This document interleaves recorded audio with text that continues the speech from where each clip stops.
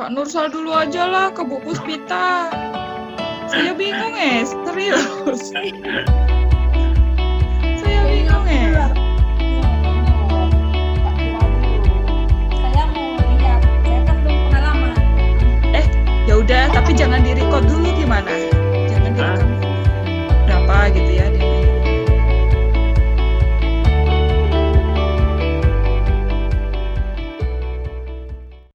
Waalaikumsalam. Apa kabar hari ini, Pak Nursal? Baik, alhamdulillah, sangat sehat. Ya, dalam kondisi sehat ya, Pak Nursal. Kondisi sehat. Baik, Pak Nursal, kemarin saya sudah terima formulir permohonan asesmen, form permohonan peer assessment dari LSP Aviasi Sentral, dan ini saya sudah baca APL 01-nya Pak Nursal. Di sini APL 01 Pak Nursal mengajukan untuk kompetensi skema foundation skill atau keterampilan dasar, dan satu lagi di skema ground operation ya Pak? Betul? Betul. Bapak boleh diperkenalkan diri dulu? Ya, terima kasih. Selamat pagi Ibu Silasvira Dian Arisanti. Semoga sehat selalu. Nama saya Nursal Ramadan. Saat ini saya sebagai direktur di salah satu lembaga pendidikan penerbangan di Tangerang. Pengalaman saya sudah 15 tahun plus untuk bidang pelayanan ground handling, ground services, di passenger handling, cargo handling, ramp handling maupun di baggage. Saya tinggal di Tangerang saat ini dan masih aktif untuk menjalankan lembaga pendidikan yang saya pimpin. Pengajuan untuk skema sertifikasi ini adalah untuk memastikan bahwa saya sudah kompeten untuk melakukan asesmen kepada asesi-asesi di masa depannya supaya bisa lebih kompeten di bidang penerbangan. Mungkin itu saja, Ibu. Terima kasih. Baik, Pak Nursal, sudah sesuai ya aplikasinya, identitasnya sudah sesuai dengan apa yang diajukan, yaitu permohonan sertifikasi untuk peer assessment sebagai asesor kompetensi di bidang foundation skill dan ground operation. Baik, pada peer assessment kali ini kita akan hanya memastikan saja, jadi nggak usah tegang ya Pak Nursal. Karena saya yakin udah 15 tahun itu udah expert banget gitu kan ya. Udah salah saya kalau misalkan bertanya terlalu banyak.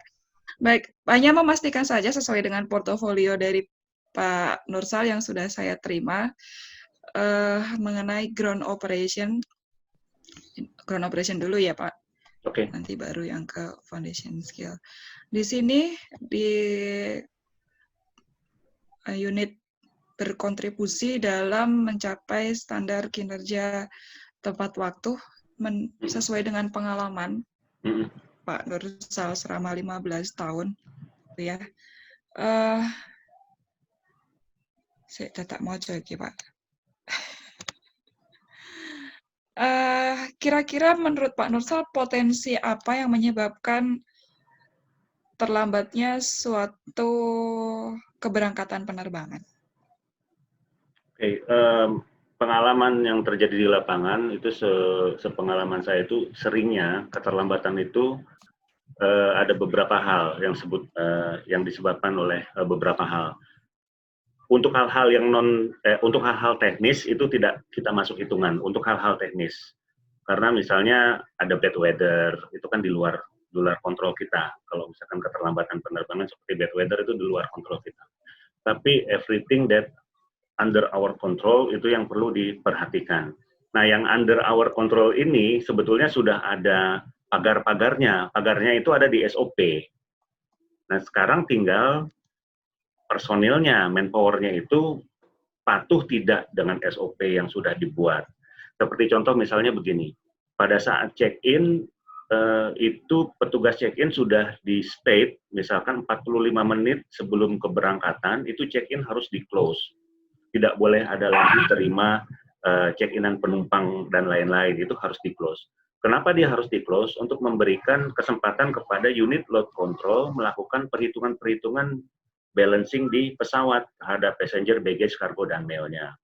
Nah, kalau misalkan tidak di-stop, ini barang-barang akan terus nambah, sehingga dokumen yang nanti harus diserahkan ke captain, ke pilot, nggak selesai-selesai.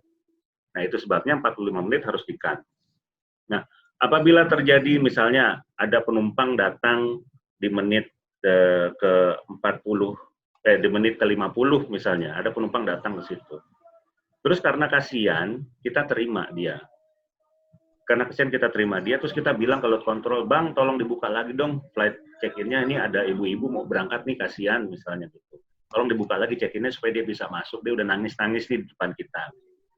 Yang di sana udah nggak tega juga, oke kita buka, tapi cepetan ya gitu, dibuka. Begitu dibuka, masuk, ternyata ibunya itu membawa bagasinya banyak. Membawa bagasi, jadi harus timbang lagi, harus masuk ke sistem lagi, kemudian bagasinya setelah dari check-in counter harus menuju ke baggage make-up area lagi, harus dikirim ke pesawat lagi, sementara semuanya sudah close. Pintu di pesawat sudah tutup gitu. Nah, ini salah satu yang bisa menjadi penyebab. Dari sisi petugas, kita harus strict sama waktu. Dari sisi petugas, mau ada yang nangis-nangis di depan kita juga, kalau memang sudah seperti itu, biasanya sih yang bagusnya itu tidak dipedulikan. Ya salah Anda, istilah kasarnya ya, salah Anda, salah penumpangnya itu sudah tahu waktu penerbangannya jam 10, kok Anda datangnya jam setengah 10 baru mau check-in gitu misalnya. Karena di tiket penumpang pun sudah ada tulisan harap datang ke bandara paling tidak 2 jam atau 3 jam sebelum keberangkatan, itu sudah ada di semua tiket. Cuma permasalahannya kan hampir semua orang itu nggak membaca tulisan yang kecil-kecil. Yang ada di bawah itu nggak dibaca, padahal itu sangat penting sekali. Nah, itu salah satu contohnya yang bisa menyebabkan terjadinya keterlambatan. Terus petugas harus apa? Ya strict sama SOP. SOP-nya bilang 45 menit sebelum keberangkatan di-close, ya di-close. Nah, setelah di-close itu, unit-unit lain baru bergerak untuk melakukan fungsinya masing-masing. Dan itu juga sudah ada SOP-nya masing-masing, waktu-waktunya sudah ditentukan. Contoh terakhir misalnya, dokumen harus sampai ke pesawat 5 menit sebelum keberangkatan. 5 minutes prior to departure, dokumen harus sampai ke captain. 5 minutes. Artinya, unit-unit lain itu harus kerja supaya dokumen-dokumen siap 5 menit sebelum keberangkatan sampai ke tangan captain. Di captain kan nanti dicek lagi, ini benar apa enggak, masukin kode dan segala macam gitu. Nah, kalau itu lewat dari 5 menit dikhawatirkan penerbangan bakalan terlambat. Nah, itu tidak diinginkan semua pihak. Ground handling kena omel, kemudian maskapai juga kena komplain dari orang-orangnya gitu kan, dari penumpang-penumpangnya. Itu hanya karena satu bagian kecil di dalam proses itu tidak menjalankan SOP dengan benar. Nah, jadi yang perlu di-shoot di sini adalah manpower-nya sama penegakan SOP-nya di coaching benar-benar untuk dilaksanakan di lapangan. Contohnya seperti itu kira-kira Mbak Tira. Baik, terima kasih Pak Nursal. Sayangnya kalau nggak di-record, wis apik padahal. Apa? Ini di-record kok. Loh, iya toh. Tadi katanya di-stop, curang. saya tadi bilang stop, terus kemudian kok itu ada record, ada tanda recordnya, oh ini berarti di-record ini. Enggak, itu di-record sudah. Waduh, nggak bisa diedit berarti kadung saya ngomong begini. Ya udah, baiklah. Baik Pak Nursal, itu untuk yang ground operation. Yang ground operation. Sebetulnya kalau ini karena udah direkod ya, nggak bisa diedit lagi, udahlah nggak apa-apa. Jadi sekarang yang selanjutnya adalah yang foundation skill ya, yang keterampilan dasar. Untuk yang keterampilan dasar yang mungkin perlu saya konfirmasi sesuai dengan pengalaman Pak Nursal, kali ini yang saya mau konfirmasi adalah yang pada unit memberikan bantuan kepada pelanggan. Tapi pertanyaan saya terkait dengan yang tadi jawaban Pak Nursal, yaitu di skema foundation skill itu pada unit memberikan bantuan kepada pelanggan.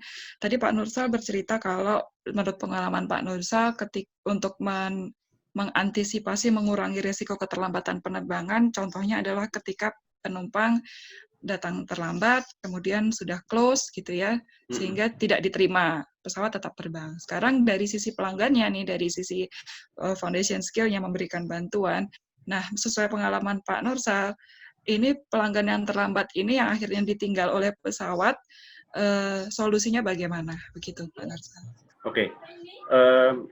Itu biasanya tergantung dari tiket yang dimiliki oleh si penumpang. Kan tiket itu kan ada bermacam-macam, ada yang promo, ada yang super promo, ada yang sangat promo, ada yang promo sekali, terus kemudian ada yang biasa, ada yang premium dan segala macam, ada yang full fare gitu ya, ada yang full fare. Nah, yang full fare ini biasanya kalau sudah ada terlambatan seperti itu, dia datang bisa dipindahkan ke next flight. Akan dialihkan ke next flight misalnya kalau dia yang full fare. Tapi kalau yang very promo gitu ya, itu biasanya hangus.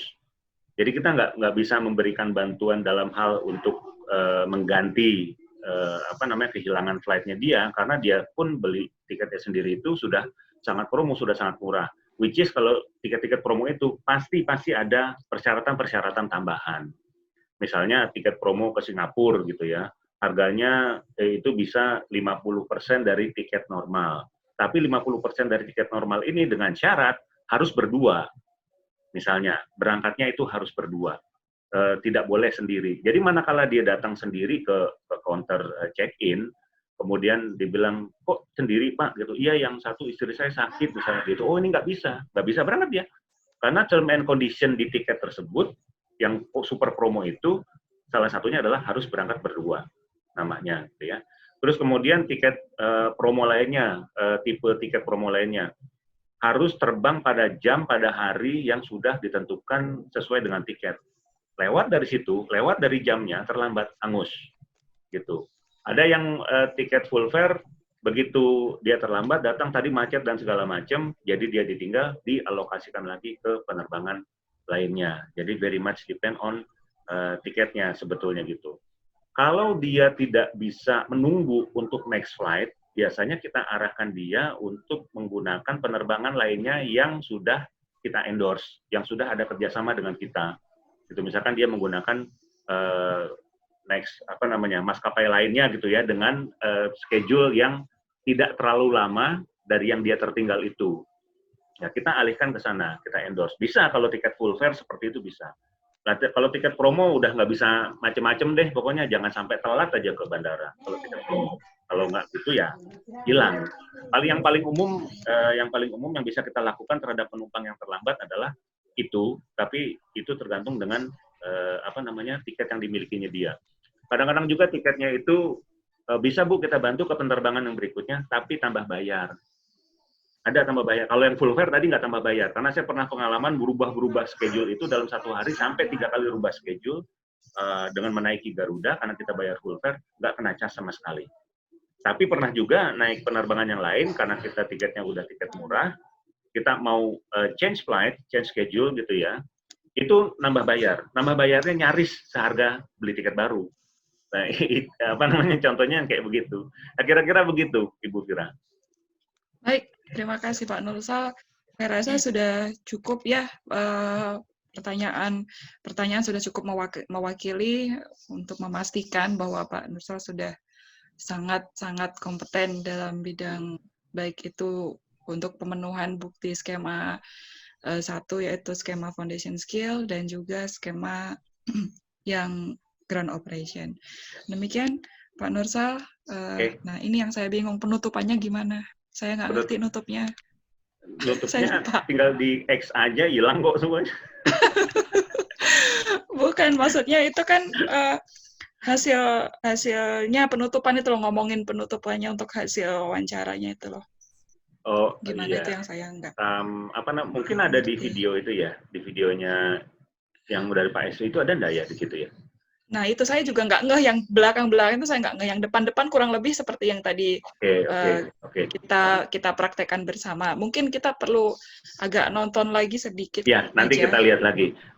Intinya dari awal sampai menuju ke akhir ini prosesnya kita udah cukup mengerti nih. Tinggal penutupannya aja nanti. Sepakat kayak gitu nggak? Saya tadi kan agak maksudnya agak sambil nginget-nginget si videonya itu. Kurang lebih kayak gitu, bener ya? Oke. Iya, kurang lebih kayak gitu. Yang pertama saya lakukan kan membuat ACC nyaman. Ya. Kemudian memastikan identitasnya benar gitu kan. Ya, betul. Sama permohonannya sesuai bahwa yang dimohonkan adalah skema ini dan ini itu tadi. Kemudian masuk ke apa tadi namanya? Itu pertanyaan. Masuk ke wawancara ya kan, dan Ya, mencocokkan si portofolionya. Terus udah itu sebetulnya kalau misalkan kita praktekkan secara real fakta gitu, itu betul-betul yang ditanyakan hampir semua unit di dalam satu skema. Cuman kan tadi saya nanya hanya satu aja karena sebagai contoh gitu ya, kurang lebihnya. Ya, terima kasih Bu. Ini untuk sesi ini saya stop recordingnya dulu. Nanti untuk sesi berikutnya akan dijadikan file baru lagi. Jadi nanti kita bisa. Nah, terus tadi untuk pertanyaan ya Pak Nursal dan Bu Puspita, yang saya tadi pertanyaan tadi itu harusnya kita berdasarkan dengan form instrumen assessment yang kemarin udah disusun dari MUK harusnya kan. Cuman kan yang dari ground operation kan saya nggak punya daftar pertanyaan wawancaranya itu loh kan saya nggak punya. Saya cuma berdasarkan tadi saya buka skema, saya buka si skema itu, saya lihat di situ ada KUK, ya udah saya ngarang dari situ. Ngarang pertanyaannya kalau menurut KUK, ya.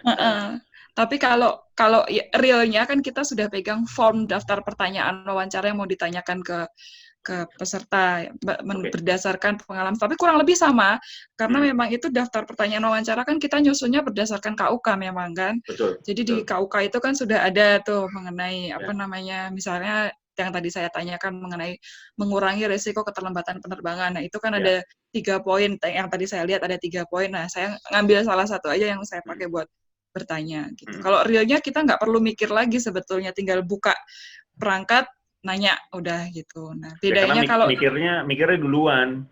Kalau itu mikirnya udah duluan. Kalau ini kan mikirnya on the spot. On the spot.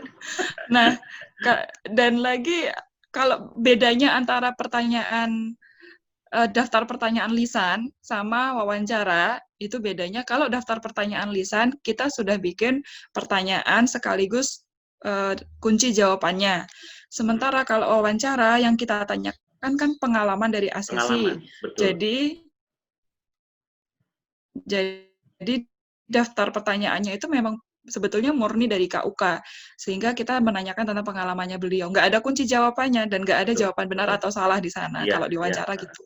Bedanya cuma itu aja sih. Berarti nanti Bu Fira setelah ini kan habis ini berarti Bu Fira menyusun AK 05 dari hasil ini kan ya? Iya betul. Nah itu yang masih jadi misteri kan karena belum dibalas sama Pak Estu. Mungkin hari Minggu beliau nggak mau diganggu kali ya. Nggak apa-apa, nanti buat bahan latihan kita yang penting itu. Ya udah, ini saya close dulu untuk recording.